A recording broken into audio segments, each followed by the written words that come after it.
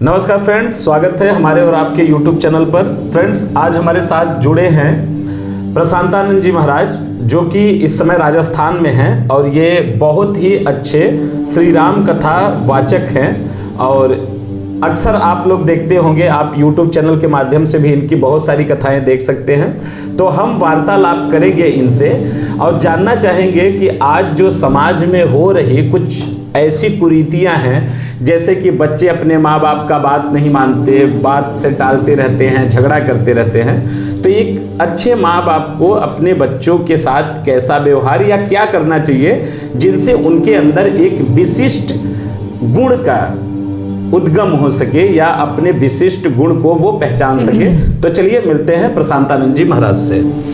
महाराज जी, स्वागत है। महाराज जी, आज हम जानना चाहते हैं कि जैसे हम देखते हैं अपने समाज में, अपने गांव, देश, शहर में, कि बच्चा जब तक बच्चा है तो चलो ठीक है, जैसे थोड़ा थोड़ा बढ़ता है वो अपने माँ बाप की बातों को न मानना, उनकी बात को टालना, उनका अपमान करना, झगड़ा करना, या फिर आगे चल के एक गलत संगत में पड़ता है, गलत दोस्त यार बनाता है। तो इससे बचने के लिए हमारा शास्त्र क्या कहता है, या हमारा पुराण क्या कहता है, या हमारा रामचरितमानस क्या कहता है? हम चाहते हैं कि आप उन माँ बाप को, उन जो नए माँ बाप अभी खासकर बन रहे हैं, जिनके बच्चे अभी बड़े हो रहे हैं, उनके लिए आप क्या कहना चाहते हैं जो शास्त्र संगत हो? कृपया आप मार्गदर्शन कराएं। देखिए, इसमें पांडे जी ये है कि आजकल की जो जनरेशन है जी, उन माँ बाप को मैं यही एक चीज़ कहना चाहूँगा सिंपल भाषा में, कि आप अपने बच्चों को खूब पढ़ाइए जी, साइंस की दुनिया में अच्छी तरक्की करवाइए, लेकिन प्रयास करिए कि सत्संग का जी, जो एक रसास्वादन है वो जरूर कराइए। चाहे वो किसी एक संत के माध्यम से, किसी सन्यासी के माध्यम से, या अच्छे गुरु के माध्यम से। और नहीं अगर आप के पास में ये सब चीज़ें उपलब्ध हो पाती है, भाई चलो ठीक है, दूर हैं संत महात्मा, तो आपके पास समय नहीं है, आप नहीं जा सकते हैं, तो एक जो तुलसी बाबा ने रामचरितमानस दिया है। देखिए, वैसे तो हमारे आपके पास में हमारे आपके महात्माओं की बहुत बड़ी कृपा है कि उन्होंने अनेकानेक शास्त्र, पुराण, उपनिषद, बहुत सी चीज़ें दी हैं, लेकिन उस चीज़ को बहुत से ऐसे हैं कि जो नहीं पढ़ सकते।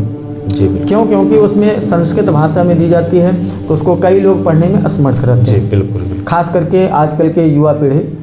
ठीक, तो अब इसमें यह है कि भाई एक सामान्य भाषा में तुलसी बाबा ने रामचरितमानस का निर्माण किया है। जी, जी, जो एक बहुत ही सरल भाषा में है वो उसको अगर आप प्रयास करोगे, हालांकि उनके जो गूढ़ शब्द हैं उसको अगर हम आप खोजें तो बहुत विशाल है, लेकिन फिर भी अगर एक छोटे से उसमें देखा जाए तो आसान भाषा में वो उस चीज़ का उत्तर दिए हैं रामायण में, रामचरितमानस में। अब इसमें अगर आप अपने बच्चे को उस रामचरितमानस का संग कराते हैं, भाई जैसे आप प्रत्येक दिन एक शेड्यूल मान रखे हैं अपने बच्चे को कि हाँ भाई इतने घंटे तक ये पढ़ेगा, इतने घंटे तक ये सोएगा, इतने घंटे खेलेगा, सब चीज़ का एक सिस्टम बना रखे हैं आजकल। टाइम टेबल बना के रखें, ठीक है। उसी में अगर आप नहीं ज़्यादा तो अगर आधे घंटे का भी टाइम अगर निकाल के आप उस चीज़ को उनको अध्ययन करवाइए और उस पर मनन करवाइए। उसमें ये ऐसा नहीं कि सिर्फ उस बच्चे को ही करना है, अपने आप को भी हमें आपको वैसे ही सजग बनाना है, वैसे ही सज्ज होना है जैसे उस बच्चे के लिए कर रहे हैं। तो वो जो रामचरितमानस का संग करेगा, उस संग से आप वो बेनिफिट देखने को मिलेगा जो आजकल की यूथ नहीं कर पा रही।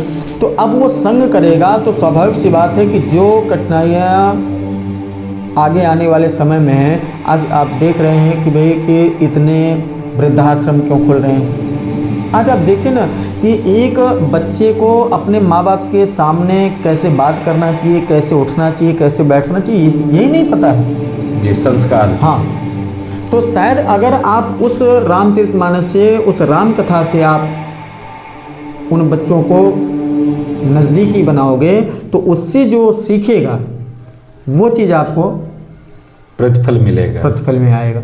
अब उसमें आप ये देखिए जैसे राम जी के बहुत से चरित्र ऐसे हैं कि जो उस बच्चे को बड़े अच्छे सीख देंगे।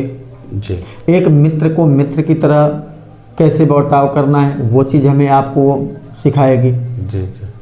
तो प्रयास तो हम छोटे शब्दों में आसान भाषा में आपसे पांडे जी यही कहना चाहेंगे, प्रत्येक माँ बाप को मेरी ये विनती है, करबद्ध प्रार्थना है कि आप लोग प्रयास करें, अपने बच्चों को खूब पढ़ाएं। मैं उसके लिए मना नहीं करूँ आप लोगों को, लेकिन अगर अपने बच्चों को थोड़ा संस्कारी बनाएंगे तो आनंद का जीवन अनुभव करेंगे आप लोग आगे आने वाले समय में। अभी तो चलो ठीक है, हमारी आपकी युवा अवस्था है, हम आप सब कुछ कर सकते हैं, लेकिन कुछ समय बाद कुछ ऐसी स्थिति परिस्थिति आएगी कि हमें आपको एक बेटे का सहारा, एक बेटी का सहारा लेना पड़ सकता है।